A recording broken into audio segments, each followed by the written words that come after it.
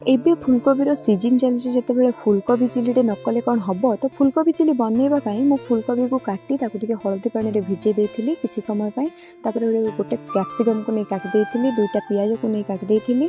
कंचा लंका को नहीं चुन चुन कर काटी रसुण को भी नहीं चुन चुन कर काटी धनिया पत्र को नहीं भल भाव में धोई चुन चुन कर काटी नहीं एपटे बतुरी रखि माने कॉफी को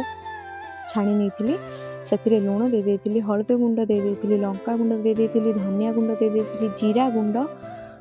red chilli sauce green chilli sauce tomato ketchup soya sauce रसुण लंकार छेचा देकी भल भाव में मिक्स कर देन कॉर्नफ्लोर टिके देकी पुणी थे भल भाव में मिक्स कर देती गोटे कड़ाई नहीं से तेल गरम होला परे फुलकोबी को दे ब्राउन ब्राउन करी फुलकोबी को छाणी नहीं फुलकोबी छाणी के गोटे पात्र रे रखीदेली आ गोटे कड़ाई नहीं कड़ाई रे तेल दे रसुण कट्टा कंचा लंका कट्टा को दे से गुड़ा को ब्राउन होला परे काटिकी रखिथिबा पियाज आउ कैप्सिकम को मध्य दे देथिली एडी टिके लूण दे दबा चिली सॉस दे दबा रेड चिली सॉस दे दबा टमाटो केचप ए सब को भल भाव में मिक्स कर सारा पर टिके सोया सॉस दे दबा या पुणी थे भल भाव में मिक्स कर दबा छाणी रखिथिबा फुलकोबी को सेथिरे पके दबा ताकू टिके मिक्स कला परे